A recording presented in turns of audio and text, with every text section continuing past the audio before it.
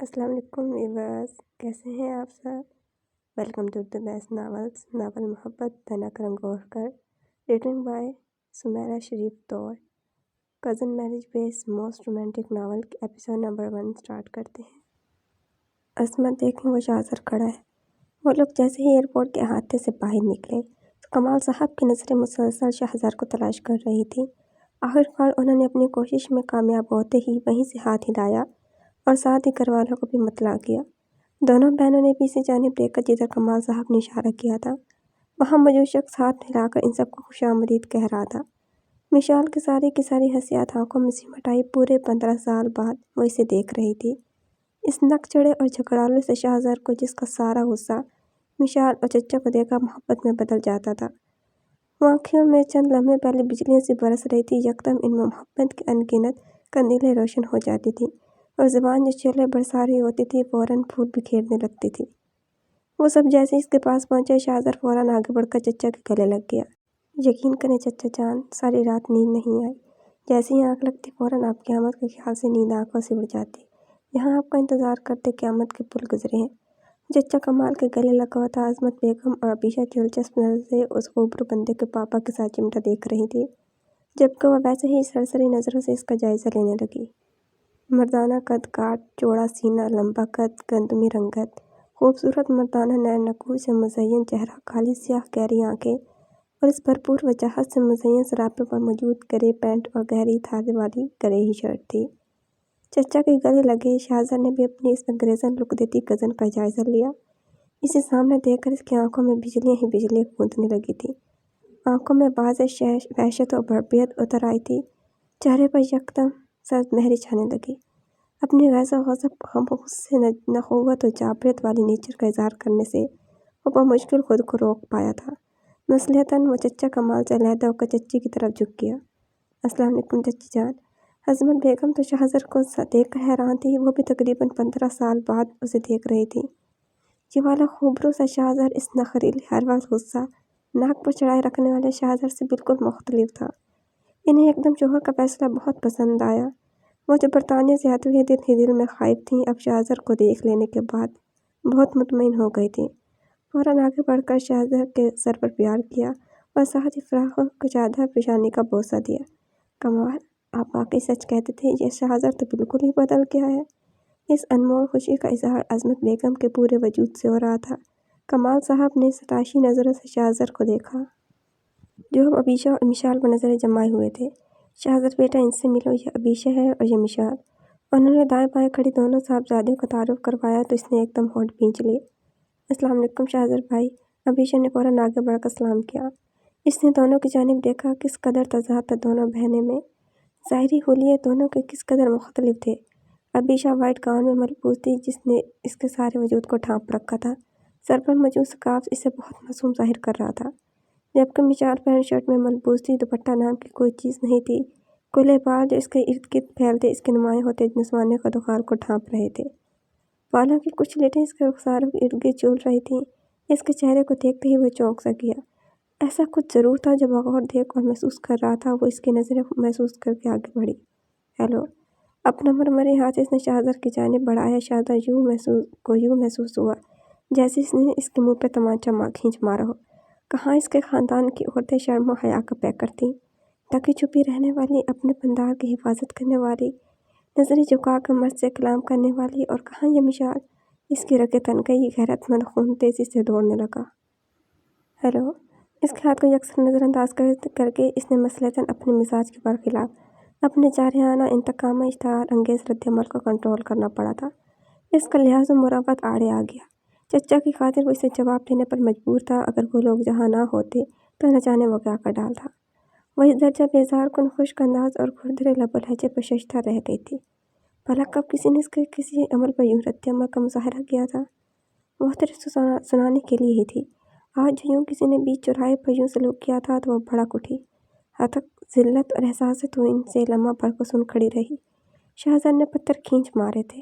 اس درجے سرد مہری، بیگانگی، اجنبیت اور سنگ دلی کا مظاہرہ کیا گیا تھا کہ وہ خون کے گھونٹ بھر کر رہ گئی۔ ایک وصولی نظر اس انتقام و جارحانہ وجود پر ڈال کر وہ اپنا ہاتھ گرا کر دوسری رخ موڑ کے آتے جاتے لوگوں کو دیکھنے لگی ओफ़ो, इस कदर इंसल्ट। अपने कनपटियों को सुलाने लगी, नहीं तो अंदर एक लावा भड़कने लगा था जिसकी रोह में सब कुछ बहता हुआ नजर आ रहा था। My foot. बखौफ और गरूर से सोचती सी दिल ही दिल में सुनाने लगी, गो टू हेल। अपने इंतकाम के लिए बढ़ते दिल को आखिरी लफ्ज़ कहकर इसने तसल्ली दी। आई चचा जान। वह सामान उठाकर आगे आगे चलने लगा था। इसने मम्मा पापा और अभिषा की तकलीफ में इसके पीछे गाड़ी की जानिब कदम बढ़ा दिए। गाड़ी में अंदर बैठने से पहले थे एक लम्हे को इसका दिल चाहा कि वो इस खुद सर गैज़ गज़ब के पैकर को गाड़ी समेत आग लगा कर राख कर दे। मुझे क्या, मेरी बला से मुझे कौन सा सारी उम्र यहाँ रहना होगा। चंद दिन रहूँगी और फिर वापस चली जाऊँगी। वो अपने अंदर के दहकते अलाव को ठंडा और पुरसकून करने की गर्ज से अपना ध्यान हटाने को सोचने लगी। ये आज भी वैसा ही जंगली, वहशी और बदतमीज़ है। मरने मारने को बिल्कुल तैयार। ख्याल था कि कुछ बदल गया हो। सारी शख्सियत के साथ साथ बातिन भी असरअंदाज हुआ होगा। जिस तरह वक्त और हालात ने मुझे बदल डाला है, शायद ये बेवकूफ़ अंदर से बदला होगा। पुराने ख्यालात और दुखी नौसियत बदली होगी तो इन देहातियों को भी तहज़ीब आई होगी। लेकिन अफसोस, दुनिया 21वीं सदी में दाखिल हो गई है। चांद सितारों और कहकशाओं की बातें करती है, लेकिन ये देहाती अब भी इसी किनारे पर हैं जहाँ से चले थे। वो बहुत नेगेटिव होकर सोच रही थी। पापा इससे पाकिस्तान अफेयर्स के मुतालिक बातचीत कर रहे थे। मामा और हमेशा भी इतनी मुतवज्जो थी, वो बिजली से बाहर देखती रही।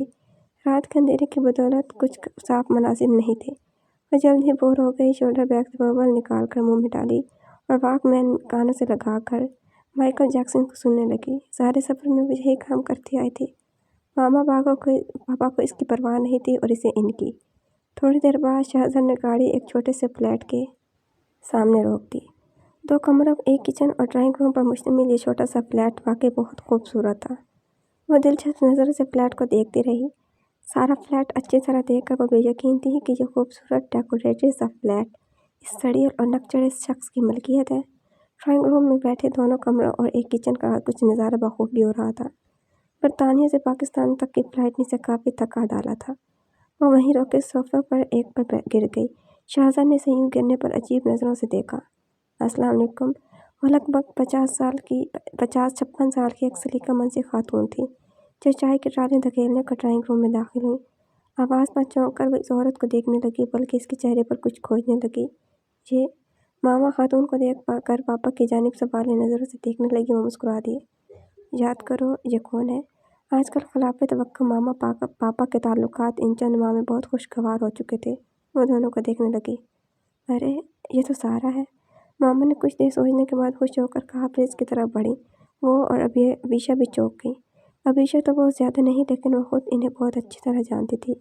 इन्हीं के हाथों तो वो पलकर जवान हुई थी। वो खुद अबीशा, शहज़ाद, आसर भैया और हवेली के बाकी सारे बच्चे इनके हाथों के ही तो परवरदा थे। हवेली में इनको शहज़ाद की वालदा के इंतकाल के बाद यह ख़ास मुकाम हासिल था। मुलाज़मत तो जैसे तस्वुर ही नहीं किया जाता था। वो भी उठकर इनकी तरफ आ गई। अस्सलाम वालेकुम अम्मा, मैं मिशाल हूँ, आपने पहचाना? वो बचपन से ही औरों की देखा देखी इन्हें अम्मा कहने लगी थी। अब भी वही तर्ज तखातुब इस्तेमाल किया। उन्होंने अब इसे अपने गले लगा लिया। अरे तुम मिशाल, कितनी बड़ी हो गई है। कल तक तो बिल्कुल छोटी सी थी और आज माशाअल्लाह, अल्लाह नज़रें बस से बचाए। नज़र ही नहीं ठहराई। उन्होंने बेख्तियार कहते हुए इसका माथा चूम लिया। इसे लगा जैसे वो बरसों बाद शराब होने लगी है, जैसे किसी ने इसके अंदर दहकते वाले अलाव पर अपनी मोहब्बत के मेहरबान छींटे डाल दिए थे। अंदर तक शराब होती गई। यही तो वो लम्स था जो दहर गैरों में भी अपनी माँ के आगोश में तलाश करती रही थी। लेकिन इसकी मामा को फुर्सत ही कब थी। इन्हें यूँ बच्चों को सारा चिमटा लिपटा कर प्यार करना अच्छा ही कब लगता था। वह मॉडर्निज्म की पुजारी थी और ख़ुद को गाँव के माहौल में अनफिट महसूस करती थी। चाय से फारिग होकर वो और अबीशा आराम के घर से उठ खड़ी हुई। रात काफ़ी बीत चुकी थी। थकन के मारे बुरा हाल था। इसने अबीशा को इशारा किया तो वो शहज़ाद से पूछने लगी, शहज़ाद भाई, हम बहुत थक गए हैं, नींद भी आ रही है, हमें कमरा बता दें ताकि रिलैक्स हो जाए। अम्मा, आप इन्हें मेरा कमरा सेट कर दें और चचा चाची के लिए दूसरा।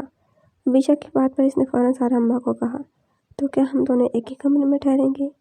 अम्मा जाने लगी तो वो दरमियान में बोल उठी। जवाबन शहज़ाद ने सजी नज़रों से देखा था। वो इसे अंदर तक उतरती महसूस हुई। अज्जट, जाहिल, बदतमीज़ इंसान, यूँ होता जैसे कभी कोई लड़की देखी ही नहीं। वो दिल ही दिल में इसे गालियों से नवाजने लगी। मजबूरी है, ये मेरा छोटा सा फ्लैट है, 2 कमरों पर मुश्तमिल। अब इस छोटे से फ्लैट में आपके लिए एक अलहदा कमरा अफोर्ड करने से तो रहा। ज़ाहिर बात मजाक के रंग में कही गई थी, लेकिन इसे अंदर तक सुलगा गई। इस सादा सी बात में चुप्पा तंज व बेजारी इसे अच्छी तरह महसूस हो गई थी। पापा, हमें इस फटीचर घर में ठहरना था क्या? आप किसी होटल में इंतज़ाम नहीं कर सकते थे? वह बरह रास्त पापा से मुखातिब थी। दोनों मियाँ बीवी को मिशाल की ये दीदा दिलेरी एक आंख न भाई। मिशाल में तो इस वक्त मरम्मत नाम की कोई चीज़ नहीं थी, लेकिन वो दोनों ये तल्ख खून पी गए। शहज़र का तो और भी बुरा हाल था। इसका बस नहीं चल रहा था कि वह इस बदतमीज़ मुंहफट लड़की को 1 मिनट के अंदर ही दुरुस्त कर दे या अपनी नज़रों से दूर कर दे। मिशी, मौका और वक्त की नज़ाकत का ख्याल किया करो। जाओ, दोनों बहन एक ही कमरे में ठहर जाओ। रात ही गुजारनी है ना, और फिर कल हम रवाना हो जाएंगे, पापा ने तहम्मुल से कहा। इनकी बात गौर तलब थी और फिर वह शक से दूर हो जाएगी। इससे क्या फ़र्क पड़ता है, वो चाहे कुछ सोचे समझे। शाहज़ाद बेटा, तुम कोई और घर क्यों नहीं देख लेते? मेरा मतलब है खुला, तुम्हें इसकी ज़रूरत पड़ेगी। जी चाचा जान, मैं भी सोच रहा हूँ। वैसे भी गवर्नमेंट जॉब से मुझे बंगला मिल रहा है। सोच रहा हूँ वापसी पर वहीं शिफ्ट हो जाऊँ। अंदर दाखिल होते ही शहज़र के अल्फाज इसके कानों में पड़े। वो ध्यान दिए बगैर कमरे का जायज़ा लेने लगे। कमरा बहुत सजा हुआ था। थोड़ी देर पहले इसने इस घर को फटीचर कहा था। इस वक्त सजावट देखकर दंग रह गई। वैसे इस पर दिमाग का ज़ौक़ बहुत अच्छा है। अभी बात लेकर आई तो इसने रहा न गया। बहुत सराह कर तो वो बोली, कमरा क्या, वो खुद भी बहुत ज़बरदस्त बंदा है। इस जैसा चार्मिंग मैंने पूरी बरतानिया में नहीं देखा। मुझे तो बहुत पसंद आई। कि आप कुछ नहीं लगे? सिर्फ शक्ल और सूरत ही है, इसमें और क्या है? बात करने का तरीका देखा था, जैसे दुनिया इसकी ठोकर में है। इसकी बात करते करते बस कड़वाहट ही थी, ऐसा कई बरसों से हो रहा था। आप ईमान से आप ज्यादती कर रही हैं। अगर आपकी फ्रेंड्स इन्हें देख लें तो दीवानी हो जाएं। गोरी चिट्टी मेमे तो इन एशियाई मर्दों पर मरती हैं। फिर वो भी कपड़े उठाकर नहाने घुस गई। जब नहाकर निकली तो अबीशा सो चुकी थी। वो एकदम बहुत बोर होने लगी। इसकी नींद पर लानत गई थी। बालों में कंघी करने लगी। टेबल पर परफ्यूम की बोतल, बहुत उम्दा खुशबू, इसने फराख दिली से इस्तेमाल की। हर चीज़ का जायज़ा लिया था तो शाहज़र की नफीस और बाज़ौक़ तबीयत खुलकर सामने आ गई। हर चीज़ सलीके से पड़ी। फिर दूसरी तरफ रखे रैक में चंद एक कैसेटें पड़ी थीं। इंतहाई बोर और बेजार शख्स है। यके बाद देख रहे इसने इस सब की कैसेटों का जायज़ा डाला। कोई भी कैसेट इसके टेस्ट के मुताबिक नहीं थी। इस ट्रियो की तरफ से ना उम्मीद होकर वह रैक की दूसरी तरफ रखी अनगिनत किताबें देखने लगी। सारी की सारी किताबें इसकी दिलचस्पी के मुताबिक थीं। ख़ास तौर पर अदब से मुतल्लिक इब्न हिशाम के सफ़रनामे, मुंशी प्रेम की चंद किताबें। पापा ने भी ऐसी कई किताबें बरतानिया में जमा कर रखी थीं। अक्सर पाकिस्तानी फैमिलीज़ इनके यहाँ किताबों की शौकीन आती जाती रहती थी। दुनिया भर का बेहतरीन अदब इनकी लाइब्रेरी में मौजूद था। शायद यही वजह थी कि 15 साल दियारे गैर में गुजारने के बावजूद वो न खुद अपनी मिट्टी पाकिस्तानी रवायात इस्लामी इक़दार को भूले थे और न ही अपनी औलाद को भूलने दिया था। जबकि वह दानिस्ता हर वो काम कर जाती थी जिससे मामा पापा को तकलीफ़ पहुँचे। पापा ने दोनों बेटियों को बेहतरीन उर्दू सिखाई थी। पाकिस्तानी कल्चर के बारे में हर तरह की मालूमात अज़बर करवा दी। जब वो बरतानिया गए थे तो वो सिर्फ 10 साल की नौखेज़ लड़की थी, लेकिन इसे यहाँ पाकिस्तान में गुजारा बचपन ज़िंदगी के वो सुनहरी 10 साल आज भी अज़बर थे। एक एक बात, एक एक वाक़या ज़हन में स्क्रीन पर ताज़ा था, जैसे वो कल ही की तो बात हो, लेकिन दरमियान में 15 सालों का अरसा मुहित था। 1, 2 या 5 सालों का नहीं, पूरे 15 सालों का। इन गुज़रे माह व साल ने इसकी शख्सियत को सर से पाँव तक बदल डाला था। पापा यानी शाह कमाल की कहानी भी सब मर्दों जैसी ही थी, जो यूरोपियन ममालिक में तालीम की गरज से जाते हैं और फिर वहीं शादी कर लेते हैं। कमाल साहब भी बरतानिया तालीम की खातिर गए थे और अज़मत बेगम से शादी भी अपनी पसंद बल्कि मोहब्बत की थी। दोनों तालीम हासिल करने के बाद बहुत खुश बरतानिया से पाकिस्तान लौटे थे। रवायती वालदैन की तरह शाह कमाल के वालदैन ने चंद एतराज़ के बाद अज़मत बेगम को बहू की हैसियत से कबूल कर लिया था, सिर्फ इसलिए कि वह एक मुसलमान लड़की है। पीछे बरतानिया में इनका पूरा मुसलमान ख़ानदान मौजूद है। चंद साल गुजरने के बाद अज़मत बेगम को गाँव के जाहिलाना रस्म व रिवाज, तौर तरीक़ों से उकताहट होने लगी थी। घर के मुकीनों की मौजूदगी बुरी तरह खटकने लगी थी। वह वैसे ही आज़ाद और पुरसुकून ज़िंदगी गुजारना चाहती थीं जैसे वह ब्रिटिश फ़िज़ा में गुजारती रही थी। वक्त और हालात ने नया रुख बदला तो अज़मत बेगम 2 बच्चों की माँ बन गई, लेकिन वो कमाल साहब को वापस बरतानिया चले जाने पर आमादा न कर सकी। वक्त के साथ साथ इनकी ज़िद में इजाफा होता गया। कुछ गांव के हालात काफ़ी बिगड़ गए थे और अज़मत बेगम के हाथ वापसी का एक माकूल बहाना आ गया।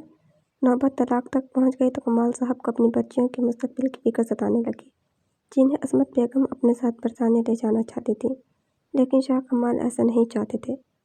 वो हर हाल में मसलहत के ख्वाहिशमंद थे और फिर जब ख़ानदानी दुश्मनी की बदौलत हालात काबू से बाहर आ गए तो अज़मत बेगम एक दफ़ा फिर वापस पलट जाने की ज़िद पर उतर आई। बड़ों के बीच बचाव कराने पर कमाल साहब को अपनी ज़िद छोड़कर عصمت بیگم کی بات مان لینا پڑی تھی۔ وہ سب کچھ چھوڑ چھاڑ کر برطانیہ سیٹل ہو گئے۔ عصمت بیگم کو پاکستان رہنے کا پہلا تجربہ بہت مہنگا پڑا تھا۔ وہاں جا کر وہ برطانیہ کی آزاد فضاؤں میں ایسی مگن ہوئی کہ واپسی کا خیال تک بھول گئی۔ بچیاں جوان ہو رہی تھیں۔ شاہ کمال لوٹنا چاہتے تھے، لیکن دوسری طرف عصمت کی بجائے مشال رکاوٹ بن گئی تھی۔ عصمت بیگم دل سے واپس آنے پر رضامند نہ تھیں۔ مشال ماں باپ کے درمیان ضد اور انا کا مسئلہ بن گئی تو روز جھگڑے ہونے لگے۔ جوان ہوتی لڑکیاں روز روز کے جھگڑوں سے متاثر ہوتی گئیں۔ عبیشہ کی خوش قسمتی تھی کہ اس کی شخصیت پر شروع سے ہی باپ کی تربیت کے اثرات غالب رہے۔ کچھ اس کا آنا جانا مسلم گھرانوں کے ہاں تھا۔ وہ شروع سے اسلامک اکیڈمی، اسلامک انسٹیٹیوشنز میں جاتی رہی تھی، سو اس کا رجحان مغرب پسند کی بجائے اسلامی اقدار کی طرف زیادہ تھا۔ اتنی کم عمر میں بھی اس کی سوچ بہت پختہ تھی۔ اور مشال جو 10 سال کی عمر میں برطانیہ چلی آئی تھی، یہ دور تربیت کے لحاظ سے انتہائی نازک ہوتا ہے۔ اس دور میں وہ مغربی ماحول میں داخل ہوئی تھی۔ سب کچھ نیا اور مختلف تھا، حتیٰ کہ ذہنی اپروچ تک الگ تھی۔ خیالات، احساسات، جذبات، نظریات، روایات، اقدار، رسم و رواج، طور طریقے، رنگ ڈھنگ، آب و ہوا، سب اس کی سوچ اور شخصیت کے خلاف تھا۔ جس دور میں انتہائی نگہداشت کی ضرورت تھی، اسی دور میں وہ ایک آزاد بگڑے ہوئے معاشرہ کا حصہ بنی تھی۔ دل و دماغ ہر وقت کشمکش میں مبتلا رہتا۔ پہلے تو اس نئی صورتحال کو قبول کرنے سے قاصر تھی، لیکن جب یہ نازک دور غالب آیا تو خود اس کو ماحول میں رنگنے سے روک نہ پائی۔ والدین کے باہمی چکلش، کچھ پرانی یادوں نے اس کی آنکھوں سے پاکستان اور پاکستانی لوگوں کے متعلق دیکھے گئے خوبصورت سے اپنے سپنے نوچ پھینکے تھے۔ شاہ کمال کی بہت زیادہ محنت توجہ کے باوجود وہ عبیشہ کی طرح ان کی جانب راغب نہ ہو سکی تھی۔ وہ اس کی تربیت صرف زبان کی حد تک کر سکے تھے، لیکن عبیشہ کی طرح وہ اسے اسلامی ڈھانچے میں نہیں ڈال سکے تھے۔ مشال نے جب اس عصمت بیگم کے دو بدو کھڑے ہو کر ان کے بانجے ایاز کے لیے انکار کیا تو انہیں احساس ہوا کہ جو کچھ ہوا ٹھیک نہیں ہوا، بلکہ ندامت ہوئی کہ برٹش معاشرے ان کی بچیوں کے لیے کسی بھی طرح سوٹ نہیں کرتا۔ لیکن اب وہ کچھ نہیں کر سکتی تھی۔ پانی سر سے گزر چکا تھا، کیونکہ اس دفعہ ان کے مقابل ان کی اپنی بیٹی کھڑی تھی، جو ان کی ہی طرح ضدی اور اٹل ارادوں والی تھی۔ خوش مشال کے ذہن میں بوئی ہوئی نفرت کی فصل ان کی اپنی سوچ کا نتیجہ تھی۔ جب تک انہوں نے چاہا وہاں رہیں، لیکن جب مشال وہاں پر رہنا چاہتی تھی تو انہیں اپنی غلطی کا احساس ہوا۔ کیوں انہوں نے ہر وقت تانا زنی کرتی مشال کے ذہن کو پاکستانی لوگوں، خاص طور پر گاؤں والے سے متنفر کر دیا تھا۔ مشال پاکستان سے کسی بھی قسم کا تعلق رکھنے کی روادار نہیں تھی۔ عبیشہ تو ماما پاپا کے کہے میں تھی، جبکہ وہ سرے سے ہی قابو سے باہر تھی۔ نائٹ کلبوں میں اس کا آنا جانا تھا، مسلم و غیر مسلم لڑکے لڑکیوں سے دوستیاں کر رکھی تھی۔ وہ کام کرتی جو اس کا جی چاہتا تھا۔ ماما پاپا اسے سمجھاتے تو وہ انہیں الزام دینے لگتی۔ 4 سال پہلے اس کی ملاقات جولف سے ہو گئی تھی۔ وہ بہت اچھا لڑکا تھا۔ مذہب کے لحاظ سے وہ کرسچن تھا۔ ملاقات ایک نائٹ کلب میں ہوئی تھی۔ دوسری دفعہ اس نے اسے سی سائڈ پر دیکھا تھا۔ پھر شاپنگ مال میں، حتیٰ کہ مسلسل ملاقاتیں دوستی کا رنگ اختیار کرتی گئیں اور پھر دوستی محبت کی صورت میں بدل گئی۔ شاہزر سے اس کی نسبت بچپن سے ہی طے تھی۔ شاہزر کی وجہ سے ماما پاپا میں اکثر اختلاف ہوتا رہتا تھا۔ جب ماما کی سوچ نہیں بدلی تھی، تب تک وہ اسے شاہزر جیسے شخص سے بیاہنے پر راضی نہ تھی۔ ان کی مرضی اس کی شادی اپنے بانجے ایاز سے کرنے کی تھی، جبکہ اس نے دونوں کو ریجیکٹ کرتے ہوئے اپنا فیصلہ پاپا کو سنا دیا۔ MBA کرنے کے بعد وہ جاب کر رہی تھی جب اس نے پاپا کے سامنے صاف لفظوں میں انکار کر دیا تھا۔ ماما پاپا بہت جذبہ ہوئے، یہ خبر دونوں کے لیے ایٹم بم سے کم نہ تھی۔ جب ڈانٹ ڈپٹ، زبردستی، پھٹکار، عاجزی، محبت، ہر حربہ بے سود ہوا تو انہوں نے اسے اس کے حال پر چھوڑ دیا اور خود اندر ہی اندر واپس جانے کی تیاریاں کرنے لگے تھے۔ عبیشہ اور ماما سب جانتی تھی، جبکہ وہ قطعی لا علم تھی۔ ماما پاپا نے ضروری ساز و سامان پہلے ہی پاکستان بھجوا دیا تھا۔ ماما پاپا کی سرگرمیوں نے اسے مشکوک کر دیا۔ روانگی سے صرف 2 دن پہلے اسے معلوم ہوا کہ وہ سب پاکستان جا رہے ہیں۔ اس نے چیخ کر زمین و آسمان ایک کر دیا۔ وہ کسی بھی طور پر پاکستان نہیں آنا چاہتی تھی۔ یہ اس کا اٹل اور آخری فیصلہ تھا اور وہ اس فیصلے پر پوری طرح ڈٹی ہوئی تھی۔ اسے پاکستان سے کوئی غرض تھی اور نہ ہی اس نے پاکستان سے حب الوطنی کا راگ الاپا تھا۔ صرف بچپن کی سنہری یادیں، چند حسین دل و فریب واقعات اور خوبصورت باتیں تھیں، لیکن وہ چند واقعات اور روح پہلی یادیں اس کے دل میں پاکستانی رشتوں کے لیے کوئی احساس نہ جگا سکی، کوئی کشش پیدا نہ کر سکی۔ وہ برطانیہ کی آزاد فضا میں پل بڑھ کر خود کو وہاں کا ہی ایک حصہ سمجھتی تھی، لیکن وہ ماما پاپا اور عبیشہ کی لاکھ منتوں پر ہار گئی۔ وہ عبیشہ اور پاپا سے بے انتہا محبت کرتی تھی، کبھی بھی اظہار نہیں کیا تھا۔ अभीशा के हाथ जोड़ने पर सिर्फ इस शर्त पर मानी थी कि वह पाकिस्तान तो चली जाएगी, लेकिन इसका क़याम पाकिस्तान में सिर्फ चंद हफ्ते होगा और जब चाहेगी वापस आ जाएगी। मामा पापा ने भी आराम से इसकी शर्त मान ली थी। इनका असल मकसद इसे एक दफ़ा पाकिस्तान ले आना था। मुस्तकिल रिहाइश के इंतज़ामात वो पहले ही पाकिस्तान में कर चुके थे। वतन लौटने पर ही अपनी सरज़मीन पर कदम रखते ही वो सब कुछ भूल भाल गए थे और अब शाहज़ाद से मिलने के बाद इन्हें इसकी परवाह भी नहीं रही थी। यही बात मिशाल को बहुत खुल रही थी। किताबें रैक में रखकर वह जोरब के बारे में सोचती रही। वह यहाँ आते हुए एयरपोर्ट तक इसे सी-ऑफ करने आया था। क्लियरिंग करवाने तक वह इसे वतन जाते ही अपनी खैरियत की तलाक देने की बार बार ताकीद करता रहा था और अब वो यहाँ आकर कुछ देर पहले तक सब कुछ भूल चुकी थी। शाद आने पर इसने कलाई में बंधी घड़ी देखी। रात के 1:30 बजे का वक्त हो चला था। इसने ड्राइंग रूम में टेलीफोन सेट पड़ा देखा था। कुछ सोचकर वो बाहर निकल आई। लाइट्स ऑफ थीं, सब जानिब अंधेरा ही अंधेरा था। अंधों की तरह अंधेरे में आंखें फाड़े घूरती रही, फिर अंदाजे से इधर उधर हाथ मारती कदम आगे बढ़ाने लगी। चंद कदम चलने के बाद अचानक रास्ते में पड़ी हुई किसी सख्त चीज़ से ठोकर खाकर मुँह के बल गिरी थी। बेख्तियार मारे खौफ के लबों से हल्की सी चीख आज़ाद हुई। बाकी की बुलंद होती चीज़ को बमुश्किल हाथ से रोका। दिल उछल कर हलक में आन टपका था। कौन है? शाहज़ाद की आवाज़ अपने इस कदर करीब सुनाई दी थी, अपने वजूद के इर्द गिर्द किसी के बाजुओं की चट्टान ऐसी सख्त महसूस हुई तो इसे एहसास हुआ कि वह अंधेरे में ठोकर खाकर मुँह के बल शाहज़ाद पर जा गिरी थी। वह तीर की तरह से पीछे हटी थी। एक तो पल लगे थे इसे खुद को संभालने में। खौफ के हिसार से बाहर निकलकर जब आंखें कुछ देखने के काबिल हुई तो पूरा ड्राइंग रूम रोशनी से नहा रहा था। तुम क्या कर रही हो तुम यहाँ? शाहज़ाद मिशाल को देखा हैरान हुआ। पूछने का लहजा आप ही आप सख्त हो गया। आंखों और लहजे में छाई हुई सख्ती एकदम वाज़ेह थी। वो जो खड़ी अपनी इस अचानक और फितरी फेल पर शर्म झिझक का शिकार हो रही थी। एकदम हैरान होकर शाहज़ाद की आंखों में मौजूद डल गई और बरूरत को फटी फटी आंखों से देखती गई। वो ज़मीन में शर्म से गिरने को थी, इससे ये फेल अंधेरे की गहरी लपेट में आकर सरजद हुआ था। वो कौन सा जानबूझकर इस पर गिरी थी? मुठियाँ भींच कर इसे देखने लगी। कि क्या मतलब है तुम्हारा? शर्म हया के अलावा अचानक और आने वाले गज़ब गुस्सा इश्ताल से वो पागल होने को थी। आवाज़ कांपने लगी। जी चाह रहा था कि वो इस तंग सहन और कदामत पसंद सोच के हामिल शख्स को अपनी नज़रों से ओझल कर दे या फिर खुद ज़मीन में पटे और इसमें समा जाए। इसके मतलब पूछने पर वह तंज़िया और इस्तहज़ाइया नज़रों से देख रहा था। वो मज़ीद अंदर ही अंदर खोलने लगी। बहुत पारसा और ज़ाहिद बनता है, जैसे सनफ़े नाजुक से कभी कोई वास्ता कोई ताल्लुक़ ही ना रहा हो। वह तो इस शख्स के ज़िक्र से भी दूर भागती थी, शक्ल तक देखने की रवादार न थी। अंदर ही अंदर तलमलाने लगी। शाहज़ाद की नज़रों में छुपी काट इसे दीवाना किए देने को थी। खुद को बहुत ज़ाहिद समझती हो तुम भी इसी इलाके से ताल्लुक़ रखते हो। इसी खान से ही तुम्हारा ताल्लुक़ है जिसकी बेहयाई और नफ्स परस्ती मशहूर थी, जिस ख़ानदान के हवस के किस्से ज़बान ज़देआम थे। जंगली और हरीस लोग, औरत नशे और दौलत के पीछे भागने वाले लपकने वाले इलाके की परवरदा। तुम खुद को कैसे इन सबसे आला और अरफा, मुख्तलिफ और पाकबाज करदान सकते हो? इसके ज़हन में मामा की ठोसी सोच इस मनफी रुख पर ले जाती जा रही थी। हमारे खपत की बुरा हाल हो रहा था। इस समय अपनी कम हिम्मती और बुज़दिली पर रह रहकर था आ रहा था और ना वो इतनी भी कमज़ोर नहीं थी। मुझे बरतानिया फ़ोन करना है। खुद को शाहज़ाद को लानत मलामत करने का सिलसिला मुलतवी करके वो फिर इस बेरहम सफाक और बदतर ऐसे वजूद से सर फोड़ने को तैयार थी।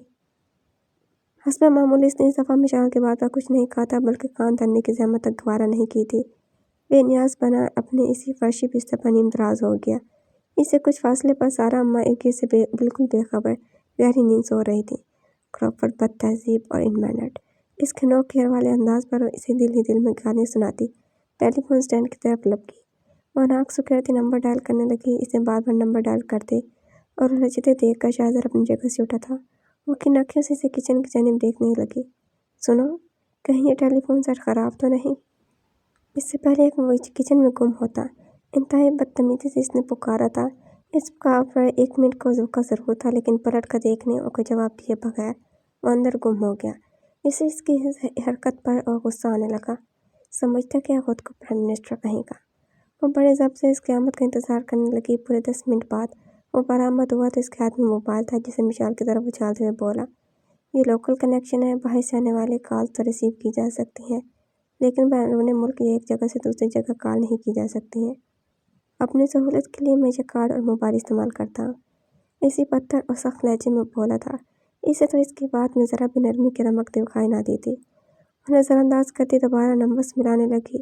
تقریباً 5 منٹ بعد دوسری طرف سے جولب کی آواز سنائی دی تو وہ ہر بات بلا کر بے اختیار خوش ہو گئی، حتیٰ کہ اکڑبو ڈانسو اور قدامت پسند شخص کی موجودگی تک بھی فراموش کر بیٹھی تھی۔ ہائے جولب، ہاؤ آر یو؟ وہ بے پناہ خوش تھی۔ اس کی خوشی کا اظہار اس کی آواز کی کھنکھناہٹ اور چہرے سے پھوٹنے والی روشنی سے بھی ہو رہا تھا۔ شہزاد چونک کر بغور سے دیکھنے لگا، ایک طرف دیوار کے ساتھ ٹیک لگا کر اس کی گفتگو کا اندازہ کرنے لگا۔ وہ گفتگو جو مشال کے غصے سے سرخ چہرے پر ایک نئی روشنی بکھیر رہی تھی۔ اس روشنی کی بدولت اس کا سرخ و سفید چہرہ مزید گلنار ہوتا جا رہا تھا۔ وہ اسی روشنی کے عقب میں جھانکتا ایک اور تاثر اس کے چہرے پر دیکھ رہا تھا۔ اس کا لہجہ اس کی سماعتوں میں اتر رہا تھا۔ وہ بہت دھیمے اور ٹھہرے انداز میں گفتگو کر رہی تھی۔ Really I do miss you جولب۔ موبائل آف کرنے سے پہلے اپنی گفتگو کا اختتام اس نے اس جملے سے کیا تھا۔ بہت آہستہ آہستہ بول رہی تھی، لیکن شہزاد کی ساری حسیات بہت زیادہ تیز ہو رہی تھی۔ جو مشال کا یہ جملہ اس کے کانوں تک پہنچ گیا تھا، پھر واضح ہوتا مشال کا چہرہ اس کی سوچوں کو بھی پراگندہ کر رہا تھا۔ اس کا دماغ منتشر ہو رہا تھا۔ وہ موبائل آف کر چکی تھی، اب شہزاد کو دیکھ رہی تھی۔ وہ بہت حیران ہوئی۔ تھینکس، اٹھ کر اس کے پاس آئی اور بہت نپے تلے انداز میں اس کی طرف موبائل بڑھا کر صرف اتنا ہی کہہ پائی تھی، اسے سانس جو لینا دشوار ہو رہا تھا۔ اگر کوئی غیروں کے دیس میں رہتے ہوئے اپنے وطن اور مٹی کے تقاضوں، روایات اور نظریات کو فراموش کر بیٹھے اور غیروں کے طور طریقے اپنا لے، تو وہ میری نظر میں سب سے بڑا غاصب، دھوکے باز اور بددیانت ہے۔ ایسے فراموش کے لیے کڑی سے کڑی سزا بھی کم ہے۔ وہ حیران ہوئی، اس گل فشانی کا مطلب کیا تھا؟ وہ رک کر اسے دیکھتے ہوئے طنزیہ ہنسا۔ جانے دو بھلا، تم کیا سمجھو گی انگریز پرست؟ ویسے تم ہمیں ہماری زبان میں بھی شکریہ ادا کر سکتی تھی۔ خواہ غیروں کو سہارا لیا۔ وہ براہ راست اس پر بات کر رہا تھا۔ اس درجہ حد خمیز لہجہ اور نظریں تھیں۔ وہ احساس توہین کی شدید لپیٹ میں آ کر کاٹدار نظروں سے اسے دیکھنے لگی۔ یہ جولب صاحب کو نظر آتے حضرت ہے؟ غصہ، ضدی، جارح شخص سے وہ ہر قسم کی توقع رکھتی تھی، لیکن امید نہ تھی کہ اس قدر جلدی ذاتیات پر اتر آئے گا۔ یہ میرا بالکل پرسنل معاملہ ہے اور ہر غیرے کے ساتھ شیئر نہیں کرتی۔ زہریلی نگاہوں سے جواب دیتے ہوئے وہ اپنی طرف سے حساب میں بھاگ کر کے جانے والی تھی، جب وہ لمحہ بھر میں ڈگ بھر کر اس کے سامنے آ کھڑا ہوا۔ اس نے مشال کا راستہ روک دیا۔ نتنے سرخ پڑتے چہرے سمیت اس نے اس کا بازو پکڑ کر بے دردی سے اپنی طرف کھینچ ڈالا۔ وہ تو یہ سب توقع نہیں کر رہی تھی، مشال کے تو وہم و گمان میں بھی نہیں تھا کبھی حد اور توہین آمیز جسارت پر اتر آئے گا۔ یکدم جھٹکا لگنے سے اس کی نگاہوں کے سامنے جیسے زمین و آسمان گھوم گئے۔ Oh you idiot, don't touch me. اپنے بازو کے اس کی گرم آہنی ہاتھوں سے کھالنے کی بھرپور ناکام کوشش کی۔ غیروں کے دیس میں رہتے ہوئے تم شاید یہ بھول رہی ہو کہ تم میری۔ وہ ایک دم سر اٹھا کر اسے گھورنے لگی۔ وہ اس کی چیل سی گہری آنکھوں میں صفاقی سے دیکھتے رکا تھا۔ اس کے گھورنے کی مطلق پرواہ نہ کرتے پھر بولا، تم میری منگو، وہ بھی بچپن کی۔ منگ کا مطلب سمجھتی ہو نا؟ منگیتر۔ دوسرے لفظوں میں ہم جیسے لوگوں کے لیے عزت اور غیرت، اور ہم غیرت مند لوگ عزت کی خاطر سب کچھ قربان کر دیتے ہیں، لیکن یہ گوارا نہیں کرتے کہ ان کی عورتیں یوں سرعام بے حیائی کی مرتکب ہوں۔ شہزاد بغور مشال کے چہرے کو نظریں سے جانچ رہا تھا۔ جینس گہری آنکھیں، کھڑی اونچی لمبی ناک، سفید ہونٹ، دہکتے رخسار، سرخی مائل حسین و دل فریب نین نقوش سے سجا ساحرانہ مکھڑا تھا۔ دلکش متناسب سراپا، اونچا لمبا قد، ڈھیلی ڈھالی ٹی شرٹ، گہرا گریبان اور ٹراؤزر میں ملبوس کچھ دیر قبل والے ڈریس سے قدرے بہتر حلیے میں تھی۔ کمر تک جاتے کالے سلکی بال اس کے وجود کے ساتھ ساتھ اب شہزاد کے بازو پر بھی ایک جانب لڑک کر پھیل گئے تھے۔ بلاش بائے ایک ظاہر شکن سراپا تھا۔ شہزاد کئی لمحے ڈوب کر ابھر ہی نہ سکا تھا۔ کس تعلق اور رشتے کی بات کر رہی ہو تم؟ وہ تعلق جو میری ماما اسی دن ختم کر گئی تھی جس دن ہم نے تمہارا یہ ملک چھوڑا تھا۔ میں یہ تعلق اسی دن توڑ بیٹھی تھی جس دن میں نے تمہیں فون کیا تھا۔ حیرت ہے تم ابھی تک اس بات کو ذہن میں رکھے ہوئے ہو۔ آئندہ حد میں رہ کر بات کرنا مجھ سے۔ میں اس لب و لہجے کی عادی نہیں ہوں اور نہ ہی آئندہ کبھی میں اپنی ذاتیات میں تمہاری دخل اندازی برداشت کروں گی۔ مائنڈ اٹ، مسٹر شہزاد جہاں زیب۔ ایک ایک لفظ پر چبا کر کہہ رہی تھی۔ چہرہ لال انگارہ ہو چکا تھا۔ شہزاد نے اس کے للکارتے سٹائل پر بمشکل خود پر کنٹرول رکھا۔ مجھے بھی کوئی ضرورت نہیں ہے تم جیسوں کو منہ لگانے کی، اور یہ یاد رکھو ہمارے کہنے سے یہ تعلق ٹوٹ نہیں جائے گا، کیونکہ یہ رشتہ میرے بڑے طے کر گئے ہیں۔ مجھے ان کا ہر فیصلہ اپنی جان سے بڑھ کر عزیز ہے، और जो भी इनकी रवायात या कहे को मिटाने की कोशिश करेगा, मैं इसे ही सफ़ा हस्ती से मिटा दूंगा, समझी?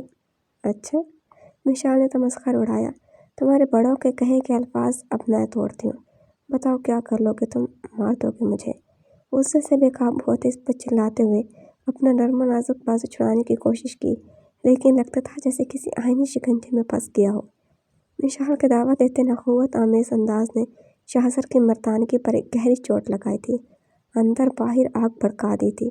जिस खारदार और तौहीन आमेज अंदाज में उसने जवाबी कार्रवाई की थी, इसने शाहजर के तन बदन में वहशत भर दी। क्या हो तुम? किस बात का इतना गुरूर है तुम्हें?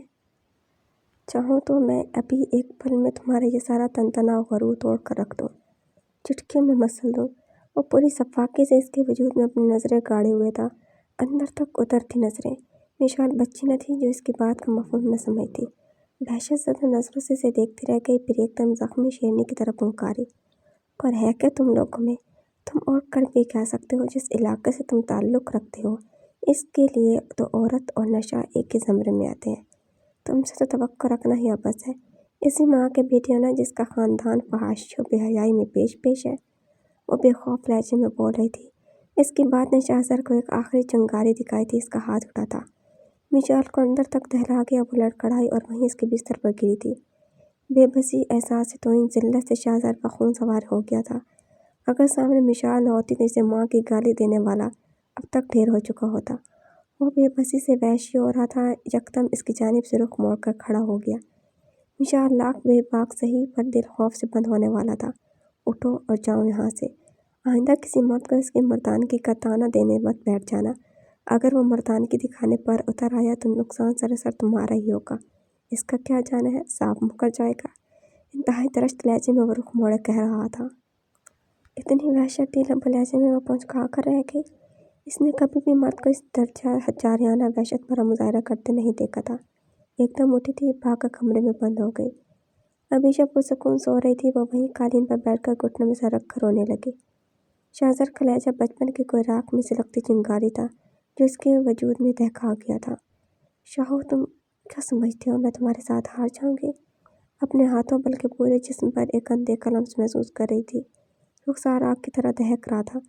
वो गाल पर हाथ रख के रोती रही। वो बरतानवी फिज़ा में परवान चढ़ते अपने हर एहसास को शिकस्त दे चुकी थी, लेकिन इस अछूते लम्स को कभी अपनी ज़िंदगी से निकाल नहीं पाई थी। यह एहसास तो हर लम्हा इसके जहन पर हावी रहता था।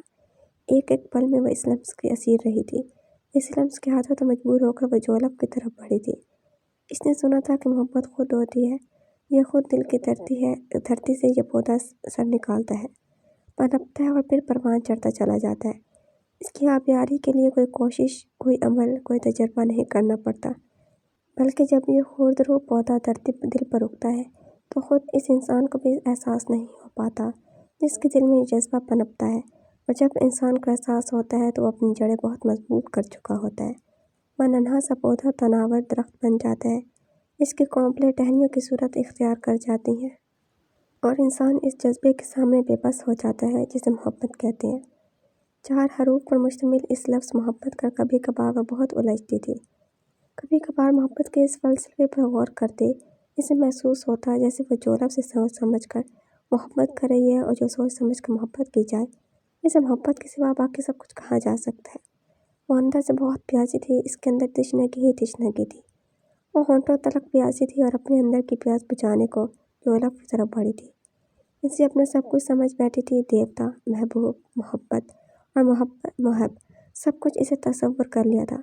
वो बचपन की सुलगाई गई चिंगारी से बचने के लिए रोई जा रही थी ज़ारों कतार। वो इस एहसास को शिकस्त देना चाहती थी कि इसकी याद बरसों बाद फिर शाहजर इसके दिल के ऐवानों में ताज़ा कर गया था। अगले दिन तकरीबन 10 के करीब इसकी आँख खुली थी। सब इसे उठाने की कोशिश कर चुके थे, लेकिन वो अपनी मर्जी से अपनी नींद पूरी करके उठी थी। एक भरपूर अंगड़ाई लेकर वो बिस्तर से उतर आई। वो हाथ धोकर इसने शीशे में अपनी आंखें मुहतरम और सुर्ख सूजी हुई देखी तो राह शाहजर से होने वाली झड़प पूरी सफाकी के साथ जहन के पर्दे पर चमकने लगी। मस्जिद में यहाँ नहीं रुक सकती, गाँव जाते ही पापा से वापसी की बात करूँगी। एक रात एक खासी अजियतनाक और नाखुशगवार गुजरी है, और मज़ीद मुझ में ऐसी रातें गुजारने का हौसला नहीं है। अपना हुलिया दुरुस्त करते हुए भी वो मुसलसल एक ही बात सोच रही थी। और जब किचन में आई तो सारा माँ ने खामोशी के साथ इसके सामने नाश्ता ला रखा। وہ بے دلی سے زہر مار کرتی رہی۔ ابیشا سارا پاپا سے گاؤں کے متعلق پوچھ رہی تھی، جبکہ ماما نیوز پیپرز کا جائزہ لے رہی تھی، اور وہ دھانسوئی سے کہیں بھی دکھائی نہیں دیا تھا۔ وہ ناشتہ کر کے جیسے ہی فارغ ہوئی، ماما نے اسے تیار ہونے کا کہہ دیا۔ وہ سب گاؤں جانے کے لیے تیار تھے، بس صرف اسی کا منتظر تھے۔ وہ سر ہلاتی اٹھ کر واپس اسی کمرے میں آ گئی۔ شاہزادہ کپڑے پہنے باتھ روم سے نکل رہا تھا۔ وہ ٹھٹک کر دروازے کی دہلیز پر ہی رک گئی۔ تلخ نظروں سے اسے دیکھنے لگی۔ وہ اسے نظر انداز کیے وارڈروب سے کچھ تلاش کرنے لگا، پھر دروازہ بند کر کے اسی کے پاس سے گزرتا ہوا باہر نکل گیا تھا۔ وہ بھی خوفوں سے سر کو جھٹکتے بیگ کھول کر اپنے سب کپڑوں کا جائزہ لینے لگی۔ سب کپڑے جینز، ٹراؤزر اور شرٹس پر مشتمل تھے۔ ماما نے اس کے لیے کچھ شلوار قمیض لی تھی، لیکن اس نے ان کے منع کرنے کے باوجود اپنی پسند کے کپڑے پیک کیے تھے، اور اب وہ پھیلائے ان کپڑوں کو دیکھ رہی تھی۔ پھر اس کی نگاہیں ریڈ کلر کی ٹائٹ سی جرسی شیپ کی ایک شرٹ پر ٹھہر گئیں۔ بظاہر کپڑوں کو دیکھ رہی تھی، لیکن اندر تو جیسے انتقامت سوچ پل رہی تھی، سب کچھ تہس نہس کر دینے والی سوچ۔ ہم غیرت مند لوگ اپنی عزت کی خاطر سب کچھ قربان کر دیتے ہیں، لیکن یہ گوارا نہیں کرتے کہ ان کی عورت یوں سرِ عام بے حیائی کی مرتکب ہو۔ اسے فیصلہ کرنے میں صرف ایک ہی سیکنڈ لگا تھا۔ اگلے پل ریڈ کلر کی شرٹ اور ہلکے بلیک کلر کی جینز پہنے شیشے میں اپنا سراپا جانچ رہی تھی۔ ہاف بازو سے بھی آدھے بازو گہرا گلا اور شرٹ اس قدر چھوٹی تھی کہ وہ مشکل اس کے تن کو ڈھانپ رہی تھی، اور تنگ اس قدر تھی کہ لگتا تھا جیسے اس کے وجود کے ساتھ سی گئی ہو۔ شرٹ میں اس کا متناسب جسم بہت اچھی طرح نمایاں ہو رہا تھا، البتہ جینز بنسبت شرٹ کے کچھ معقول تھی۔ بہت نفاست سے اپنے چہرے کو میک اپ سے مزین کرنے لگی۔ بالوں کو ہمیشہ کی طرح کھلا ہی چھوڑ دیا تھا۔ بہت دل لگا کر اس نے میک اپ کیا، خود پر فراوانی سے پرفیوم اسپرے کیا تھا۔ اپنی تیاری کو آخری ٹچ دے کر وہ جیسے ہی کمرے سے باہر نکلی، وہاں صوفوں پر پاپا، ماما اور ابیشا کے ساتھ اس نک چڑھے کو بیٹھا دیکھ کر اس کی بھویں خود بخود تن گئیں۔ وہاں صوفوں پر موجود چاروں نفوذ نے بھی اسے دیکھ لیا تھا۔ ماما پاپا اسے اس لباس میں دیکھ کر احساس ندامت اور شرمندگی سے چور ہو کر شاہزادہ سے نظریں چرانے لگے تھے۔ ابیشا فوراً اٹھ کر اس کے پاس آئی تھی۔ اسے بازو سے پکڑ کر وہ اپنے دروازے کے پاس لے گئی۔ یہ کیا پہن لیا آپ نے؟ کوئی اور ڈریس نہیں تھا آپ کے پاس؟ کیا ہے ان کپڑوں میں؟ اچھے خاصے تو ہیں۔ اپنے سراپے پر ایک حیرانہ نظر ڈال کر مطمئن ہوتی دکھائی دے رہی تھی۔ سب کے چہروں پر چھائی شرم و ندامت اس کے اندر کی پیاس کو بجھا رہی تھی، جیسے اس نے بغیر لڑے ہی شاہزادہ سے اس کے تھپڑ کا بدلہ لے لیا ہو۔ مسٹر غیرت مند، کیا سمجھ کر تم نے مجھ پر ہاتھ اٹھایا تھا؟ میں اتنی کمزور نہیں ہوں جو اپنا دفاع نہ کر سکوں۔ تمہارا یہ سر نہ جھکایا اور تمہارے لیے سخت ثابت نہ ہوئی تو کہنا۔ اس کی زہریلی سوچیں اور زہریلی ہوتی جا رہی تھی۔ یہ برطانیہ نہیں ہے آپ ہی، جہاں آپ جیسا بھی لباس پہن لیں کوئی فرق نہیں پڑتا۔ ہم گاؤں جا رہے ہیں 15 سال بعد، وہاں کے لوگ ہماری ایک ایک حرکت نوٹ کریں گے۔ وہ بہت دھیمی آواز میں اسے سمجھانے کی کوشش کر رہی تھی۔ اس کی بات سن کر پھر اس کے غصے کا گراف بڑھنے لگا۔ So what? کیا پرابلم ہے ان کپڑوں میں؟ اور پلیز ابیشا، تم میری بڑی اماں مت بنی رہا کرو۔ مجھے عقل ہے کہ مجھے کیا کرنا ہے اور کیا نہیں۔ اس نے بری طرح اسے ڈانٹ دیا، لیکن وہ پھر بھی چپ نہ رہی۔ آخر کو بہن کس کی تھی؟ وشال آپی، ہم گاؤں جا رہے ہیں۔ وہ تعصب و ندامت سے دیکھ کر اسے یاد کرانے لگی۔ آئی نو ہم گاؤں جا رہے ہیں، میں نے نہیں کیا تھا کہ میں یہاں آؤں، اور نہ ہی مجھے کوئی گاؤں جانے کا شوق ووق ہے۔ تم لوگوں کی ضد پر ہی میں یہاں آئی ہوں۔ میرا اپنا ایک لائف سٹائل ہے۔ اگر تم لوگ فیل کرتے ہو تو میری وجہ سے تم لوگوں کی انسلٹ ہو رہی ہے تو تم پاپا سے کہو وہ مجھے میرا پاسپورٹ دے دیں، میری واپسی کی ٹکٹ کنفرم کروا دیں، میں آج ہی واپس چلی جاتی ہوں۔ ناک پھیر کر وہ قدرے برہمی سے کہہ رہی تھی۔ اپنی بات کا الٹ اثر دیکھ کر وہ چپ ہو گئی۔ ماما پاپا کے جھکے سر اسے بہت تکلیف پہنچا رہے تھے۔ وہ تو نہ ہی مشال کو اس کے موقف سے ہٹا سکی تھی اور نہ ہی ماما پاپا کے لیے کچھ کر سکتی تھی۔ وہ ٹھنڈی سانس بھر کر رہ گئی۔ اوکے، جیسے آپ کی مرضی، لیکن اسکارف ضرور لے لیں پلیز میری خاطر۔ میرے پاس ہے، دیکھیں اسکارف آپ کو بہت سوٹ کرے گا۔ وہ لجاجت سے کہہ رہی تھی۔ وہ کچھ سخت سا جواب دینا چاہتی تھی، لیکن اس کی رومانسی صورت دیکھ کر اس بات میں گردن ہلا گئی۔ ابیشا اس کی کمزوری تھی۔ اگر کبھی کسی کی بات مانی جاتی تھی تو وہ صرف ابیشا ہی تھی۔ ماما کو کچھ کہنے سننے کا اختیار اس نے سرے سے ہی دیا ہی کب تھا۔ پاپا بھی اسے ہر بات نہیں منوا سکتے تھے، لیکن ابیشا کی ضد کے سامنے وہ ہمیشہ ہار جاتی تھی۔ ماما پاپا اس کی کمزوری سے آگاہ تھے، اسی لیے جب وہ دونوں خود اس کی طرف سے نا امید ہوتے تو ابیشا ہی اس کے مقابل میدان میں اترتی تھی۔ جاری ہے۔ تو ویورز، کیسی لگی آپ کو فرسٹ ایپیسوڈ؟ کمنٹس میں ضرور بتائیے گا۔ اگر آپ نے ابھی تک چینل کو سبسکرائب نہیں کیا تو جلدی سے سبسکرائب کر کے بیل آئیکن کے بٹن کو دبا دیں تاکہ نئے آنے والے ناولز کی اپڈیٹ آپ کو ملتی رہے، اور لائک، کمنٹ، شیئر کرنا نہ بھولیں۔ انشاءاللہ جلدی ملاقات ہوگی نیکسٹ ایپیسوڈ کے ساتھ۔ اپنا خیال رکھیے گا۔ اللہ حافظ.